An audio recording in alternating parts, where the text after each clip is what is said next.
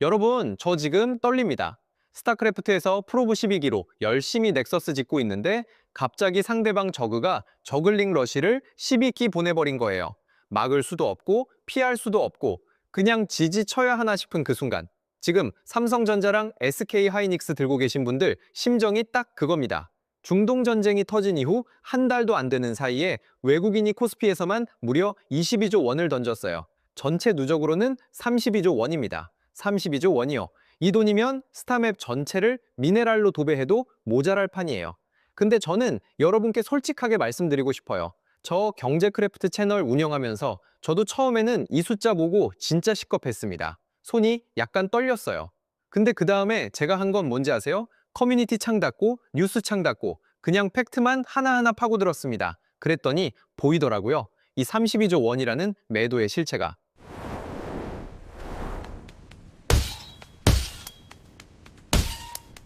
안녕하세요. 경제크래프트입니다. 오늘 저는 여러분과 함께 이 거대한 매도 폭풍의 진짜 이유를 파헤칠 겁니다. 어렵게 설명하지 않을게요. 복잡한 경제 용어 나오면 제가 전부 스타로 번역해 드릴 테니까 그냥 편하게 들으세요. 지금 시장에 동시에 세 가지 공격이 날아오고 있어요. 첫 번째는 구글이 쏘아 올린 기술적 쇼크입니다. 터보컨트라는 기술인데요. 이게 나오자마자 반도체 주식들이 흔들렸어요. 두 번째는 트럼프가 이란에 설정한 4월 6일 에너지 시설 공격 유예 시한입니다. 중동 전쟁이 어떻게 마무리되느냐에 따라 시장의 방향이 완전히 달라질 수 있습니다. 세 번째는 미국에서 무려 2조 2천억 달러, 우리 돈으로 약 3경 원에 달하는 3호 대출 시장이 흔들린다는 겁니다. 이게 터지면 진짜 문제가 커져요. 이 세 가지가 한꺼번에 쏟아지니까 32조 원짜리 매도가 나온 겁니다. 스타로 설명하면 이런 겁니다. 상대방이 멀티에서 저글링 러시하고 공중에서 뮤탈리스크 날아오고 동시에 드롭십으로 본진까지 치는 상황이에요. 각각 하나씩이면 막을 수 있는데 셋이 동시에 오면 어디서부터 막아야 할지 모르는 거죠. 외국인들이 지금 그 심정으로 한국 주식을 던지고 있는 겁니다. 근데 여기서 중요한 게 있어요. 스타 하다 보면 전투 유닛 다 잃고 드론만 남아있는 상황에서도 뒤집는 경우 있잖아요. 반대로 완전히 우세한 상황에서 방심하다가 지는 경우도 있고요. 주식시장도 똑같습니다. 공포가 최고조에 달했을 때가 사실은 기회인 경우가 많아요. 그래서 오늘 제가 이 영상에서 말씀드리고 싶은 건 단 하나예요. 지금 팔아야 하는 상황인지 아니면 오히려 준비해야 하는 상황인지 그걸 여러분 스스로 판단하실 수 있도록 제가 팩트만 가지고 설명해 드릴게요. 그 전에 먼저 한 가지 꼭 말씀드릴 게 있어요. 이 영상은 특정 주식을 사라 팔라 하는 영상이 아닙니다. 경제 현상을 쉽게 설명해 드리는 채널이에요. 투자 판단은 반드시 여러분이 직접 하셔야 하고 감당할 수 있는 범위 안에서만 하셔야 합니다. 이 점 꼭 기억해 주세요. 자, 이제 이 32조 원이라는 숫자를 제대로 이해하고 가야 합니다. 외국인이 한국 주식을 사고 판다는 게 사실 처음 들으면 낯설 수 있어요. 왜 미국 사람이나 유럽 사람이 삼성전자 주식을 사는 걸까요? 간단하게 설명하면 이렇습니다. 전 세계 큰 돈들은 항상 수익률이 좋은 곳으로 흘러다닙니다. 스타에서 미네랄 많은 멀티로 SCV 보내는 거랑 같은 원리예요. 지금까지 한국 반도체 기업들이 실적이 워낙 좋으니까 외국 기관들이 삼성전자, SK 하이닉스 주식을 엄청나게 사뒀던 거예요. 그런데 지금 이 외국 기관들이 갑자기 팔기 시작한 겁니다. 왜 팔았을까요? 여기서 제일 중요한 게 있어요. 삼성전자나 SK 하이닉스가 갑자기 실적이 나빠져서 판 게 아닙니다. 공장이 멈춘 것도 아니고 기술 경쟁에서 진 것도 아니에요. 외국인들이 판 이유는 자기들 본진에 불이 났기 때문이에요. 스타에서 비유하면 이런 상황입니다. 상대방이 내 본진을 직접 공격한 게 아니라 내가 먼저 자금줄이 막혀버린 거예요. 미네랄이 없으니까 유닛을 유지할 수가 없고 어쩔 수 없이 앞에 배치했던 마린, 파이어벳을 철수시키는 거죠. 한국 주식이 그 마린이고 파이어벳인 겁니다. 그러니까 지금 삼성전자 주가가 빠진 건 삼성전자 문제가 아닐 수 있다는 거예요. 이 핵심을 이해하셨으면 이제 각각의 폭풍을 하나씩 살펴볼 준비가 된 겁니다. 오늘 저는 5단계로 나눠서 설명드릴 거예요. 기술 이야기, 지정학 이야기, 금융 시스템 이야기, 그리고 반전의 시작과 우리가 어떻게 대응해야 하는지까지 차근차근 풀어드리겠습니다. 초보자분들도 걱정하지 마세요. 제가 경제학 교수처럼 어렵게 설명하는 채널이 아닙니다. 저도 처음에는 경제 기사 읽으면 뭔 소린지 하나도 몰랐어요. 그래서 더 쉽게 설명하려고 스타를 가져온 겁니다. 자, 준비되셨죠? 첫 번째 폭풍부터 시작합니다. 구글이 반도체 형님들 뒤통수를 쳤다는 이야기예요. 최근에 삼성전자, SK하이닉스, 마이크론 주가를 한 방에 흔든 뉴스가 하나 있었어요. 구글 리서치에서 터보 퀀트라는 기술을 발표했거든요. 이 뉴스 한 줄에 시장이 발작을 했습니다. 반도체 주식 들고 있던 사람들 손에 땀이 났겠죠. 근데 저는 이 뉴스 보고 뭘 했냐면요. 일단 커피 한 잔 마시면서 차분하게 생각했습니다. 이게 진짜 위기인지 아니면 시장이 오버한 건지 따져봐야 하니까요. 결론부터 말씀드리면요. 저는 이 뉴스가 반도체한테 악재가 아니라 오히려 호재라고 봤습니다. 이유를 지금부터 설명해 드릴게요. 먼저 터보 퀀트가 뭔지부터 알아야 해요. 우리가 챗 GPT나 클로드 같은 AI랑 대화할 때 AI는 앞에서 우리가 했던 말을 기억하면서 대답을 해요. 예를 들어 제가 아까 삼성전자 얘기를 했으면 나중에 삼성 물어봐도 그 맥락을 기억하고 대답하는 거잖아요. 이걸 AI의 기억 저장소 같은 건데요. 전문 용어로 KV 캐시라고 불러요. 키밸류 캐시의 줄임말입니다. 스타로 설명하면 이런 겁니다. A가 게임하는 유닛이라고 생각해 보세요. 이 유닛이 맵 전체를 기억하려면 엄청난 시야가 필요하잖아요. 안개 거친 곳 전부 다 기억하고 있어야 하는 거니까요. 이 시야를 유지하는데 메모리가 엄청나게 들어가는 겁니다. 실제로 AI가 긴 대화를 이어갈수록 필요한 메모리가 기하급수적으로 늘어나요. 이게 지금까지 반도체 회사들한테는 엄청난 호재였습니다. 메모리를 많이 팔 수 있으니까요. 그런데 구글이 마법을 부렸어요.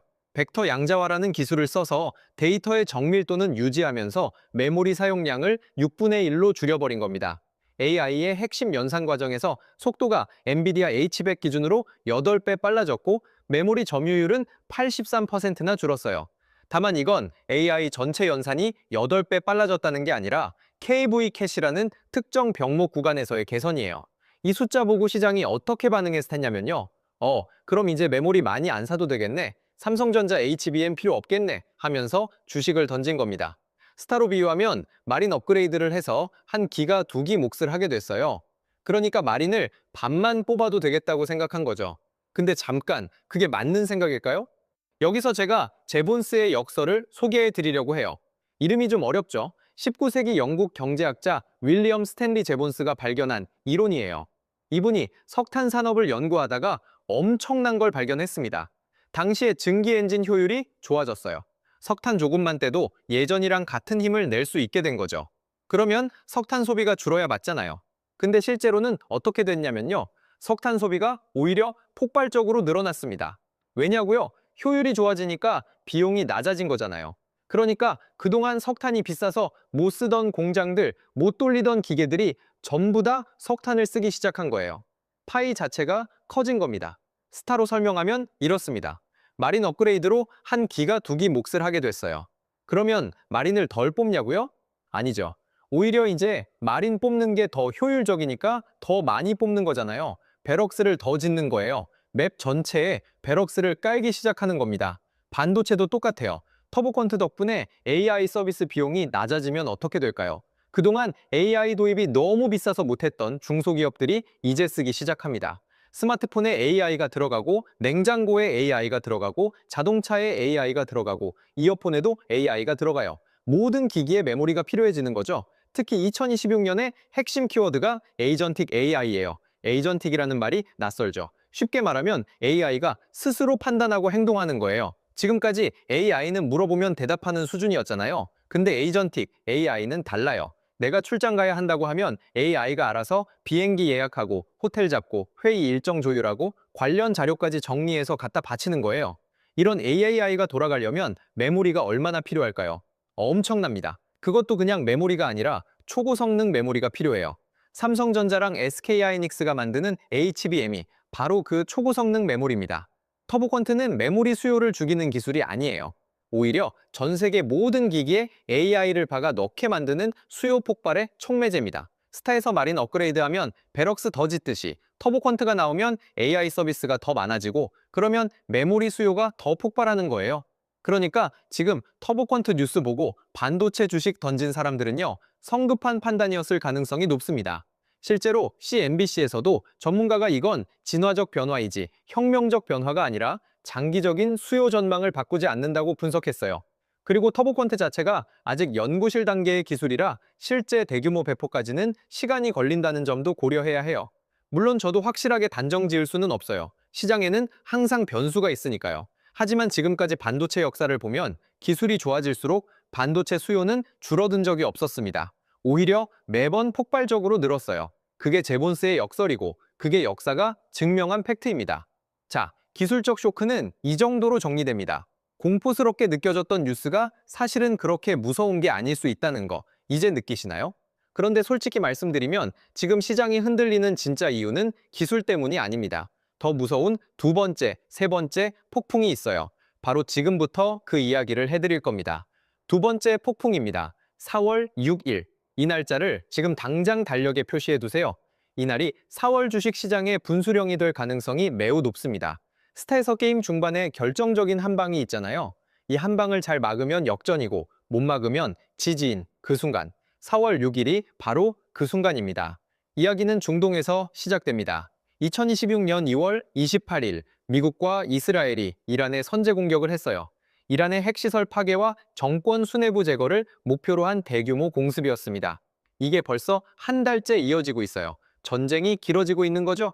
여기서 많은 분들이 이런 생각을 하실 수 있어요. 중동 전쟁이 삼성전자 주가랑 무슨 상관이야? 라고요? 설명해 드릴게요. 중동에는 호르무즈 해협이라는 곳이 있어요. 이란이 이 해협을 사실상 통제하고 있습니다. 전 세계 석유의 약 20%가 이 좁은 해협을 통해 지나가요. 스타에서 맵 가운데 딱 하나뿐인 길목, 네로우 초크 포인트라고 있잖아요. 저글링 몇 마리만 세워놔도 상대방 유닛이 못 지나가는 그 좁은 길. 호르무즈 해협이 그겁니다. 이란이 이 초크 포인트를 봉쇄해버리면 석유가 제대로 안 나와요. 실제로 이란은 전쟁 발발 이후 호르무즈 해협을 사실상 봉쇄했고 유가가 급등했습니다. 유가가 오르면 모든 것의 비용이 올라가요. 물건 만드는 비용, 배달하는 비용, 난방비, 전기세 전부 다 오르는 거예요. 이걸 인플레이션이라고 합니다. 그러면 미국 중앙은행인 연준이 어떻게 할까요? 물가가 오르면 금리를 올리거나 적어도 금리를 내리지 못합니다. 지금 시장이 기대하던 건 금리 인하였는데 그게 물 건너가는 거예요. 금리가 높게 유지되면 어떻게 되냐고요? 삼성전자 같은 대기업들은 반도체 공장 하나 지을 때 수십조 원이 들어가요.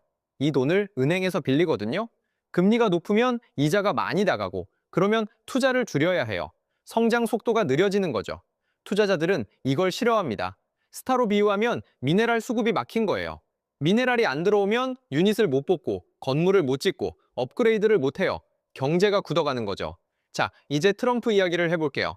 트럼프 대통령은 이 전쟁에서 독특한 전략을 쓰고 있어요. 스타식으로 말하면 심리전이에요. 유닛을 실제로 보내기 전에 먼저 채팅창에서 압박을 넣는 거죠. 3월 21일에 이란한테 48시간 최후 통첩을 날렸어요. 호르무즈 해협을 열지 않으면 발전소를 초토화하겠다고요. 그런데 48시간이 지나고 실제로 에너지 시설을 공격하는 대신 3월 23일에 5일 유예를 줬습니다. 3월 26일에는 이란이 협상 의사를 보였다면서 다시 10일 추가 연장을 해줬습니다. 트럼프는 이란 정부의 요청에 따른 것이라고 발표했는데 실제로는 양측 모두 주도권을 잡으려는 상황이에요. 이란 측은 미국이 제시한 15개 종전 조건이 일방적이고 불공정하다며 반발하고 있거든요. 그래서 에너지 시설 공격 유예 시한이 4월 6일 오후 8시 미국 동부 시간으로 설정됐습니다. 다만 중요한 건 이 유예가 에너지 시설에 한정된 것이라는 거예요. 다른 형태의 군사작전은 계속 진행 중입니다. 왜 트럼프가 이렇게 밀당을 하는 걸까요? 올해 11월에 미국 중간선거가 있어요. 트럼프 입장에서는 전쟁이 빨리 끝나든지 아니면 완전히 이겨야 지지율이 오릅니다. 전쟁이 질질 끌리면서 기름값만 오르면 국민들이 싫어하거든요. 지지율이 떨어지죠. 월스트리트 저널에 따르면 트럼프 대통령은 참모진에게 당초 설정한 세서 6주 안에 전쟁을 끝내라는 지침을 내렸다고 해요. 4월 6일은 개전 6주차에 해당하는 시점입니다. 미중 정상회담도 5월로 재확정한 것을 보면 4월 안에 전쟁을 정리하려는 의지가 보여요. 이게 두 가지 시나리오로 나뉩니다. 첫 번째 시나리오, 협상 타결이에요. 4월 6일 전후로 트럼프랑 이란이 극적으로 합의를 한다면 어떻게 될까요? 유가가 바로 떨어집니다. 전쟁 리스크가 사라졌다는 뜻이니까요. 유가가 떨어지면 인플레이션 우려도 줄고 금리 인하 기대감이 살아납니다. 그러면 그동안 공매도를 걸어뒀던 세력들이 공매도를 청산해야 해요. 이걸 쇼 커버링이라고 합니다. 스타에서 아비터 리콜 전략 아시나요? 상대방이 본진 방어에 집중하고 있을 때 갑자기 리콜로 부대가 순간이동하는 거잖아요. 쇼 커버링이 그런 겁니다. 아무도 예상 못한 순간에 주가가 폭발적으로 튀어오르는 거예요. 반도체 주식들이 순식간에 크게 반등할 수 있는 시나리오입니다. 다만 이건 시나리오일 뿐 특정 가격을 예측하는 건 아닙니다. 투자 판단은 여러분이 직접 하셔야 해요. 두 번째 시나리오, 공격 재개 또는 확전입니다. 4월 6일 이후에도 협상이 안 되고 에너지 시설 공격이 재개되거나 지상전까지 논의된다면요. 유가가 배럴당 120달러를 넘을 수 있어요. 그러면 시장은 한 단계 더 빠집니다. 이때는 현금을 많이 확보해 두는 게 중요해요. 어떤 시나리오가 될지 저도 확신할 수 없습니다. 솔직히 말씀드리면 트럼프는 예측이 너무 어려운 사람이에요. 스타에서 랜덤 종족 고르는 것보다 더 예측이 어려워요. 하지만 우리가 준비할 수 있는 건 두 가지 시나리오를 다 알고 있는 겁니다. 게임에서 상대방이 어떤 빌드를 들고 와도 대응할 수 있게 미리 준비하는 것처럼요. 그리고 하나 더 말씀드리고 싶은 게 있어요. 지정학적 리스크, 즉 전쟁이나 외교 문제 때문에 주가가 빠진 건 역사적으로 보면 대부분 일시적이었어요. 걸프전이 있을 때도, 이라크전이 있을 때도 단기적으로는 주가가 빠졌지만 전쟁이 끝나고 나면 오히려 더 올랐습니다. 왜냐하면 전쟁이 끝난다는 건 불확실성이 사라진다는 거잖아요. 시장이 가장 무서워하는 건 나쁜 뉴스가 아니라 불확실성이에요. 좋은지 나쁜지 모르는 상태가 가장 힘들거든요. 스타에서도 그렇잖아요. 상대방이 뭘 하는지 모를 때가 가장 불안하고 떨립니다. 스카우트가 들어가서 저그 본진에 히드라 러커가 가득한 걸 확인하면 물론 상황이 안 좋지만 이제 대응이라도 할 수 있잖아요. 뭔지 알면 대응이 가능해요. 4월 6일이 지나면 적어도 불확실성 하나는 해소됩니다. 그 자체만으로도 시장엔 긍정적인 신호가 될 수 있어요. 자, 두 번째 폭풍 정리했습니다. 이제 세 번째 폭풍인데요. 이게 사실 제가 가장 걱정하는 부분입니다. 대부분의 개인 투자자들이 잘 모르고 있는, 보이지 않는 곳에서 터지고 있는 그림자 금융 이야기입니다. 세 번째 폭풍입니다. 이번 이야기는 좀 어두워요. 하지만 이걸 모르면 진짜로 큰 코 다칩니다. 끝까지 집중해 주세요. 제가 스타에서 가장 무서운 전략이 뭔지 아세요? 럴커 전략이에요. 지상에서 유닛들이 정면으로 달려오면 보이잖아요. 막을 준비라도 할 수 있죠? 근데 땅굴을 파고 본진 한가운데서 갑자기 나오면 어떡해요? 막을 틈도 없이 본진이 박살나는 거잖아요. 지금 미국 금융시장에서 그 럴커들이 올라오고 있습니다. 이름하여 사모대출, 영어로 프라이빗 크레딧이에요. 들어보신 분 계신가요? 아마 대부분 처음 들어보실 거예요. 원래 이 시장이 일반인들한테 잘 알려져 있지 않거든요. 그래서 더 무서운 겁니다. 사모대출이 뭔지부터 설명할게요. 원래 기업이 돈이 필요하면 은행에서 빌리잖아요. 근데 2008년 금융위기 이후로 은행의 규제가 엄청 강해졌어요. 위험한 곳에 돈을 빌려주면 안 된다. 그런 규제들이 생긴 거죠. 그러니까 돈 빌리기 어려운 기업들이 어떻게 했냐면요. 은행 말고 다른 데서 빌리기 시작한 거예요. 그 다른 데가 바로 사모펀드예요. 블랙스톤이나 블랙록 같은 엄청난 규모의 투자 회사들이 기업들한테 직접 돈을 빌려주는 겁니다. 이 시장이 얼마나 커졌냐면요. 무려 2조 2,800억 달러입니다. 우리 돈으로 환산하면 약 3경 원이에요. 숫자를 쓰면 3만조 원입니다. 상상이 되세요? 스타로 비유하면 이런 거예요. 공식 게임 서버에서 게임을 못하게 되니까 사람들이 사설 서버를 만든 거예요. 근데 이 사설 서버가 공식 서버보다 훨씬 커진 상황인 거죠. 그리고 이 사설 서버에는 공식 규칙이 잘 적용이 안 돼요. 그게 문제입니다. 왜 문제가 되냐고요? 지금 금리가 높잖아요. 사모대출도 금리가 높아요. 기업들이 빌린 돈에 이자를 많이 내야 하는 거예요. 경기도 좋지 않고 이자 부담도 크고 그러니까 돈 빌린 기업들이 하나둘씩 이자를 못 내기 시작하는 겁니다. 지금 사모대출 시장의 부실률이 9.2%예요. 사상 최고치입니다. 100개 회사 중에 9개 이상이 이자 못 내고 있다는 거예요. 스타에서 내 유닛들 체력바가 빨간색이 되기 시작하는 거예요. 아직 죽진 않았지만 상황이 심각한 거죠. 그런데 여기서 진짜 무서운 부분이 나옵니다. 블랙스톤이나 블랙록 같은 큰 사모펀드들이 투자자들한테 돈을 못 돌려주겠다고 선언하기 시작했어요. 환매 제한이라고 해요. 쉽게 말하면 예금을 찾으러 은행에 갔더니 지금 당장 못 드린다는 거예요. 이게 왜 공포스럽냐면요. 2008년 금융위기 때와 비슷한 구조적 특징이 보이기 때문이에요. 그때도 처음에는 일부 서브프라임 모기지가 부실화됐을 뿐인데 그게 연쇄적으로 터지면서 전 세계 금융위기로 번졌잖아요. 물론 지금 상황이 2008년과 똑같다는 건 아닙니다. 규제 환경도 다르고 은행 시스템의 건전성도 다르니까요. 하지만 구조적으로 유사한 점이 있다는 건 경계해야 할 부분이에요. 스타에서 어느 한 병력이 무너지면 연쇄적으로 전선이 뚫리는 것처럼요. 전선의 한 지점이 뚫리면 거기로 저글링이 쏟아져 들어오고 막으러 가면 다른 데가 뚫리고 그러다 보면 결국 전체가 무너지는 거잖아요. 사무대출 시장도 그렇게 될 수 있다는 우려가 나오고 있는 거예요. 그런데 여기서 또 하나 더 충격적인 이야기를 드려야 해요. 이게 미국만의 문제가 아닙니다. 우리나라 증권사들이 이 사무대출 시장에 17조 원 넘게 들어가 있어요. 여러분들이 증권사 이 LS나 DLS 같은 상품 사신 분들 계시면 혹시 거기에 이런 사모대출이 섞여 있을 수 있습니다.